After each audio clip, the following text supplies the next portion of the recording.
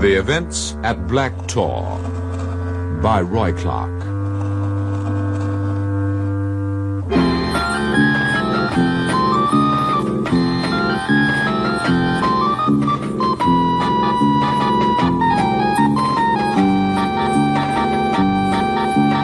The Events at Black Tor, Episode 2, The Unquiet Dead, in which Jamie and Father Probert, who have already brushed with violent death, find further evidence of the forces of darkness.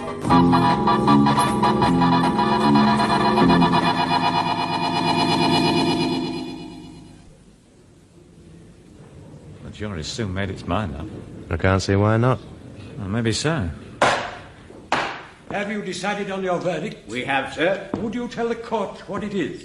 We find the deceased, John Willis Anderson, took his own life whilst the balance of his mind was disturbed. And the court will record that verdict. Thank you. You are discharged.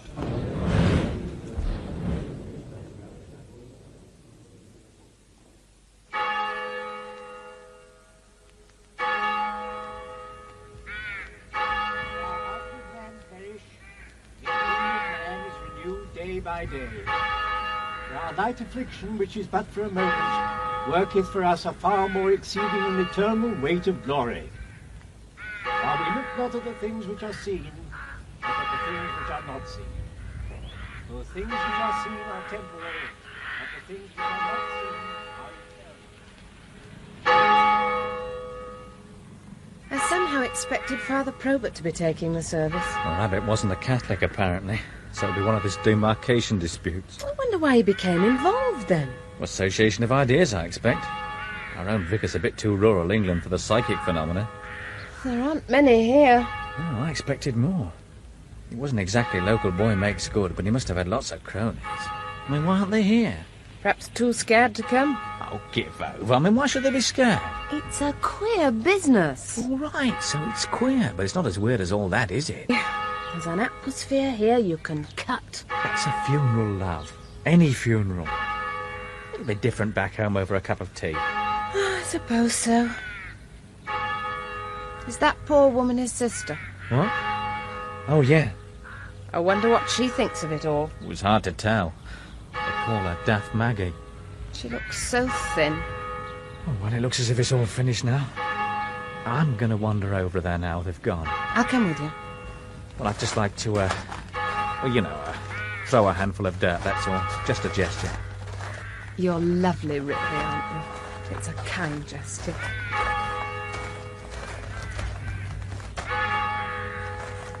They'll not like the lack of space, will they? Not much room for a poacher. You know, blokes like him spend most of their lives breaking the minor laws. Regulars. The sort of Bobby doesn't mind. Well, not really, no. I'm sure he'd appreciate a farewell from the law. Go on, throw it in. They want more room than this.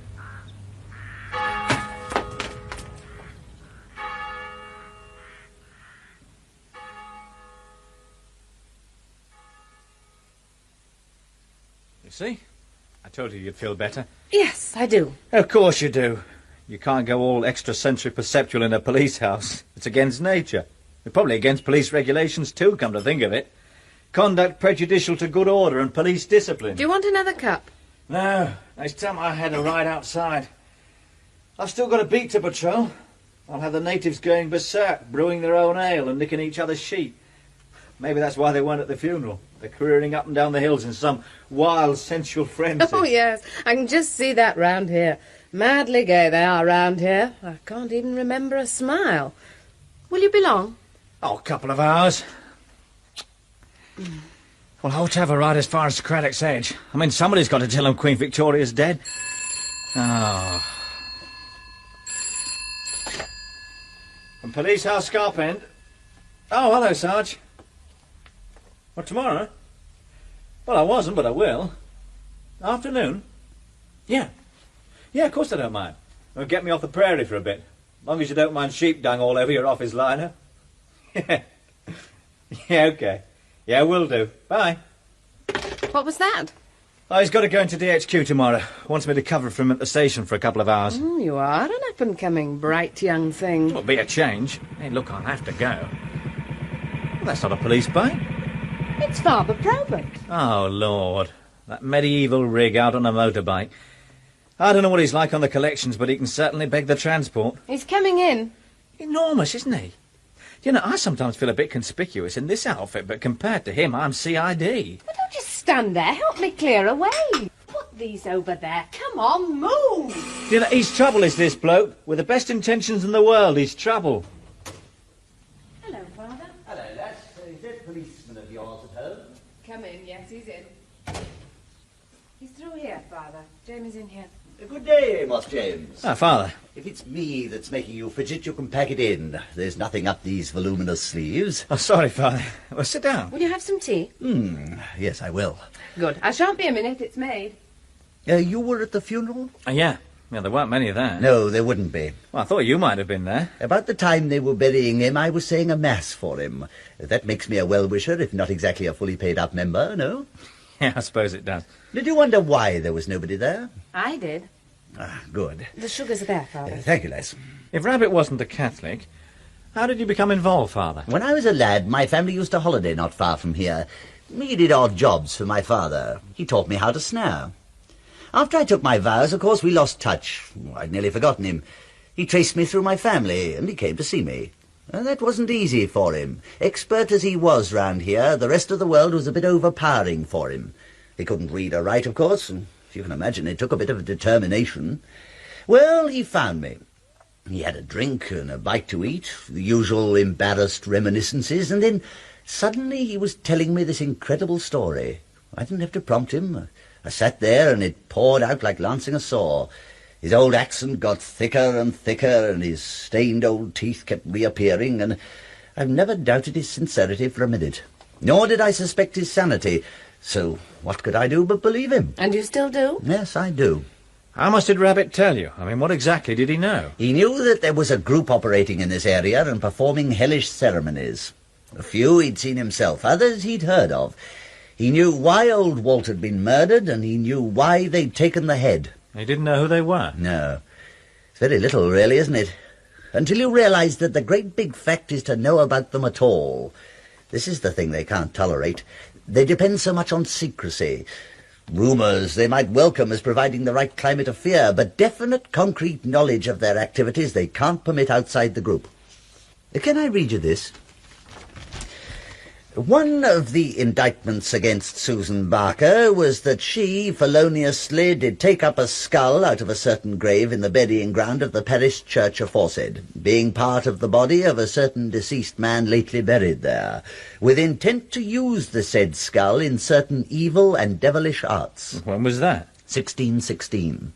You see, you've had a supernatural problem round here for some time. Well, that's going back a bit, isn't it? I mean, they all believed it then. The problem of doubt? Then listen to this. A peasant drawing water from a well was horrified to find a recently severed arm. When the authorities drained the well, they discovered a number of mutilated human remains. An investigation proved that several graves in a nearby cemetery had been disturbed. The caretaker of the cemetery was arrested, and in his house were found books dealing with the black arts. Would you like to guess the date of that one? Same period. October 1931, Finland. All right, Father, so there's always been some nut In who... that same investigation, the Finnish police appealed to Scotland Yard for help in tracing the activities of a society of devil worshippers with members all over Europe and a high priest in London. So they delude themselves. Then believe in that. It's enough. Because those delusions, as you prefer to call them, result in solid, concrete physical crimes. Don't you see, Jamie? It doesn't matter that you can't share their beliefs. If they are doing these ghastly things, then it is your concern. Well, certainly. If there was any evidence of that sort of thing... Well, you're the lad to find that out. Is there a way you can do it without involving anyone else at this stage? Well, it's possible. Well, brief details, anyway, going back about, 10 or a dozen years. When? Well, tomorrow, as it happens. I've got to go into the section station for the afternoon. I shall be out on my own so I can get the old occurrence book out. Well, there'll only be the various facts. I mean, all the statements and reports will have gone to DHQ. But there'll be enough to show the kind of things we're looking for? Well, yeah. If anything like that's been happening, it'll be there. You'll Be on your own, you said. All right. All right, if you should happen to turn up about 4:30, say, I shall be able to give you a progress report. Well, it's a bit thin, Father. Just the one in all that time, another thing for years now. There should have been more. Bear in mind they're not seeking to advertise, but there should be more. They need certain bits and pieces for their ceremonies. Anyway, what have you found? 21st of June, wilful damage to cemetery. At 9:10 a.m. this date, a telephone message received from the Reverend Brooks, Vicar of St. Stephen's, to the effect that during the night damage had been occasioned to certain graves in the churchyard. Headstone had been toppled, ornaments removed and recent graves levelled.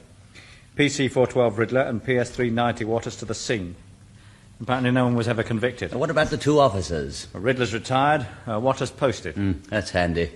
What about the vicar? Oh, he's still here, part of the landscape. Well, we better find out what he remembers. Are you sure it's worth it? I mean, it could be an ordinary case of vandalism. That's what it was supposed to look like, to distract attention. From what? Those levelled graves. I'll bet you they were more than levelled. I must confess I don't quite understand your interest. I could recount it equally well in the vicarage. Are you certain you don't care for a whisky, Father? Thank you, no. I'm afraid I don't keep any beer. My tastes don't run in that direction. I've always been a quality rather than a quantity man. The essence of the spirit rather than the outward manifestation. An almost unassailable moral standpoint. Yes, it's rather a fundamental of mine. It enables me, for instance, to feel not one whit less clerical for this collar and tie than does your own rather more conspicuous attire. An impeccable tie, naturally. Even exclusive. Or would you insist that our duties are only to the masses? Now, this was the place, I think. Of course, the graves were new then. They all look very similar now. But it was these, I'm sure. Was more than one? Oh, yes, yes. It looked like a circus had been through. Do you ride, by the way, Father? Yes, as a matter of fact. Oh, I see, really. Oh, that's splendid. A wonderful relaxation, I find. I keep a pair. It's just the place around here, of course. What's your mount, Father? A BSA 500cc. Yes. I thought you weren't the type. What exactly can I do for you, gentlemen? A little information, Vicar. Inform a Catholic. Very exhilarating. Tell us what you remember about it. I remember no one was ever court constable, an event all too typical of our enlightened modern climates. Young louts going about unpunished. Did you have any reason to suspect it might be youth's vicar? Who else? I suppose one would be expected to applaud them for having the imagination to graduate from cinema seats. If you are finally onto them after all this time, I shall still press charges. I shall want them prosecuting whoever they are, of no matter what denomination, Father. So if you've come here to plead a case... What did they do? They raised havoc in my churchyard. Sheer hooliganism. Considerable damage. The really appalling thing, I remember, was the total lack of any regard for the solemnities of the place. They levelled some graves, didn't they? Kicked them flat, deliberately trampled them. It was like a building site. Soil all over the place. Was it all topsoil? That's a peculiar question. It's important. Well, you've no right to expect me to remember a detail like that after all this time, but I do. I remember thinking it a nuisance. There were quantities of clay around. It stuck to everything. Clothes, boots. Now, that rather suggests that it wouldn't all be topsoil, doesn't it? I gather you think it was more than just a nuisance. I think it possible that the graves were interfered with at a deeper level than was first thought. I wonder why it is. As soon as the RCs arrive, one's knee-deep in phenomena.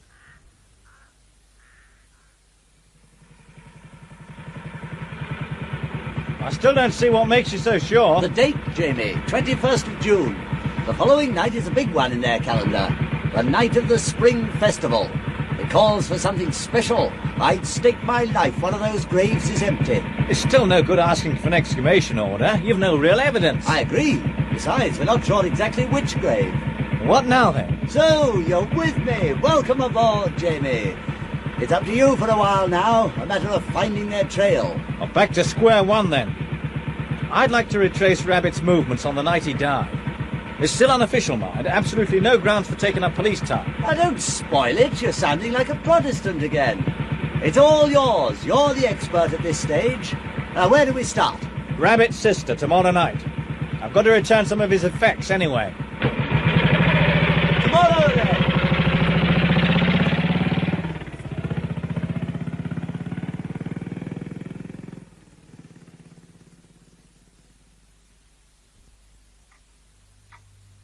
His pipe, his knife, and there was also a bit of poaching gear. You understand I can't return that. You'll not be needing it. Now it's killed him. I always said it would. I told him, you can't go on killing things, little things. Maggie, you know who I am? Aye, he said. What did he say? That you'd come to help, but I knew you weren't. I told him there'd be no help till he stopped killing. I could go. He'd laugh at me. Not lately, mind, he didn't laugh lately. Well, why's that? Was he worried about something? He was feared. Sometimes before he went out, others be he came back, but he still killed. He used to leave them there on sink. Their little body's still warm and bonny. What is there that's half so bonny? You could feel how much he had to pay for one day. I could see. But men won't listen.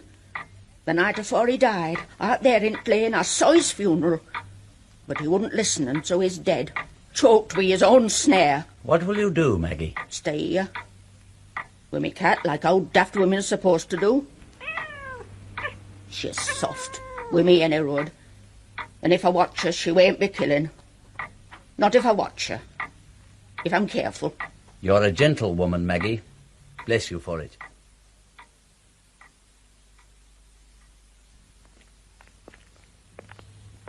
Funny ideas. That's the problem of pain she's wrestling with, Jamie. At a level of involvement quite as deep as a theologian's.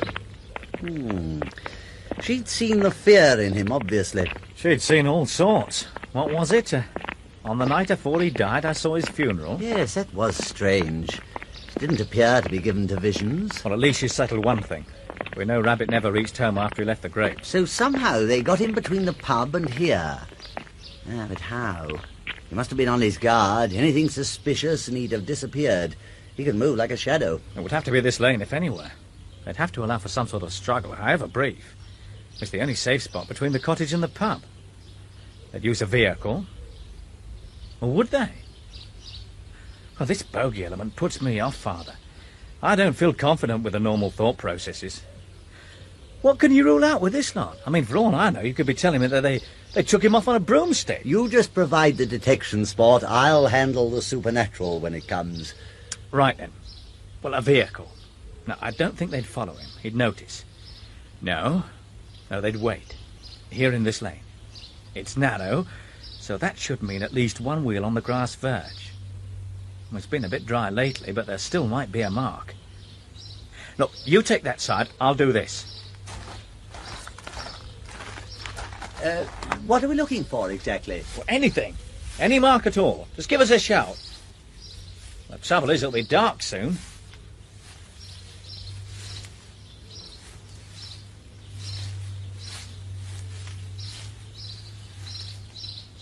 Jamie, come here. What is it? Was this his dog? Poor little mutt. Yeah, that was his. He never went anywhere without it. Well, that clinches it. He was killed. He'd never have done this. I mean, what a vicious swines. They haven't just killed it. That's the kind of malice we're going to be up against. Well, it'd be a pleasure. What's that tied to it? It's a warning. They call it the witch's ladder. The knots on the rope represent the number of days left to the victim. It doesn't look much like a ladder in this case, since there's only one knot. A warning? To all who listen to the rumours and believe. They couldn't hang it round Rabbit's own neck, of course. That might have invited awkward questions at the inquest. So they hung it to his terrier and left it where it would be seen eventually by someone. And the warning's clear enough. The dog and his master both dead. Yeah, well, it must have been seen.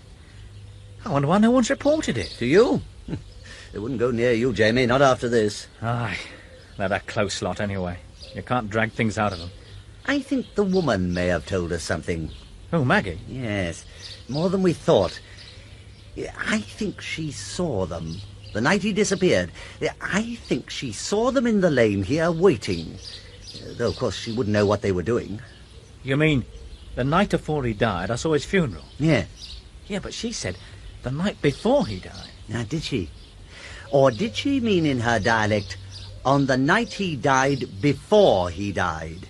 They use that kind of construction round here. It's possible. And if it was that same night, whatever she saw here in the lane was probably them. I still don't see Now, what... She saw the vehicle. Now, the kind of vehicle that prompts us to say, look, there's a funeral. You think she saw a hearse? Why not? Anyway, we'll check. Would be a handy thing for them to have. Who's going to question what's in that sort of box? And if they didn't want to use a coffin, well, there's always the hidden compartment underneath where they shove the unceremonial stiffs. But you don't just hire one of those. I mean, well, not self-drive anyway. No. It would have to mean an undertaker with some funny habits. Well, we might as well begin locally. Who have you got? Funeral directors. Let's see, well, there's two. A co-op? That's not really likely, is it? No, old-fashioned but hardly satanic. Who else? John Eddie Brown. He does a bit of everything, including thieving, we think. Now, he's much more likely. It fits, you know. It would explain, for instance, why there's been so few graves tampered with. You mean, who needs to dig? Why not just not bury him in the first place?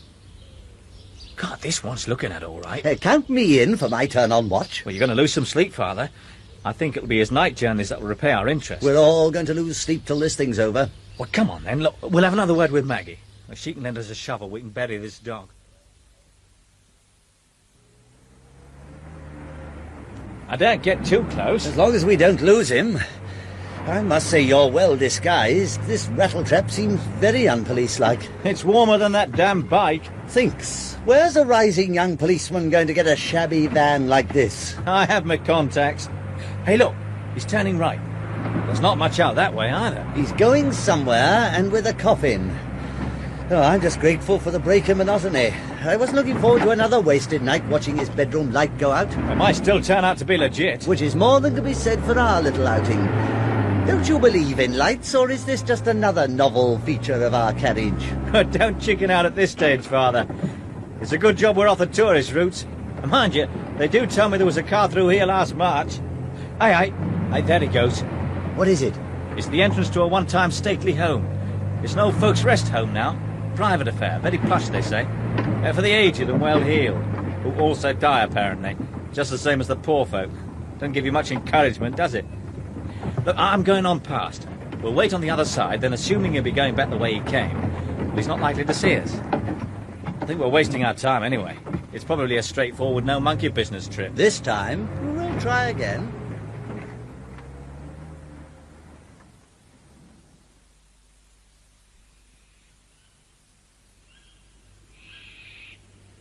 He's a long time, isn't he? You see, there could be several things to do. No. Here he is. There's at least someone. Yes, it's him. I suppose the coffin's full now. I expect so. I'm inclined to think we're on to something. He's alone. Now, he wouldn't be, would he, if his errand was routine? I mean, his burdens are always heavy. There must be someone who normally helps him, even on night calls. Hey, he's turning right. He's not going back home. Where's that lead to? I know how much. Well, there's a farmhouse come pub, the Traveller's Rest. Bit late for a pint. Well, the landlady's got a bit of a reputation. He's not really dressed for courting, is he? We mustn't lose him now, Jamie. I want to see exactly what happens to that coffin. Everything. And push it as close as you dare. Right. That's not just oil that's burning. I'm beginning to detect a whiff of the fires of hell.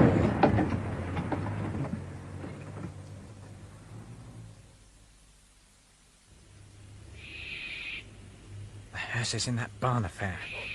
Come on here, boy. Whatever feed that dog of yours. Right. I'm going inside. Suppose he comes back. We'll hear him. Why do farmers never oil their hinges? Do you want me to risk a quick look with a torch? Yes, it's better than falling over everything. Just a touch now. Yes, that'll do.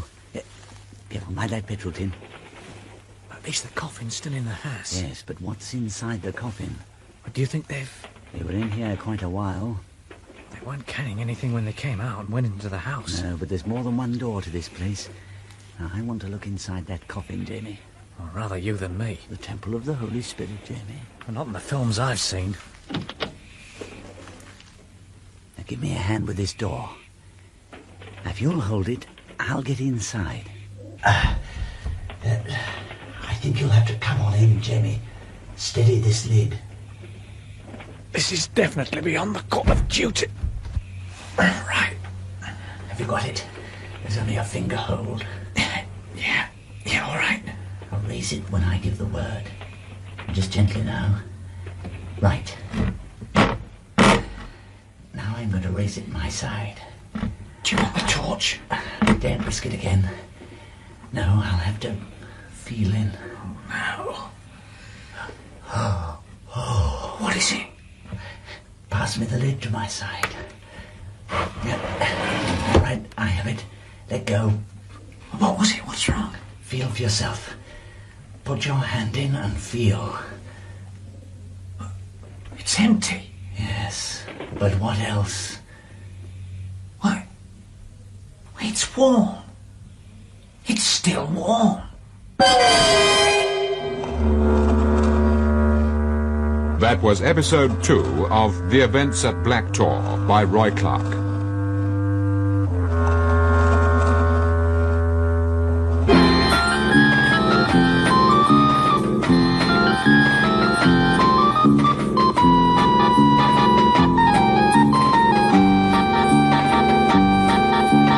Listen to the next episode of Alan Ayckbourn's production of The Events at Black Tor, The Fires of Hell.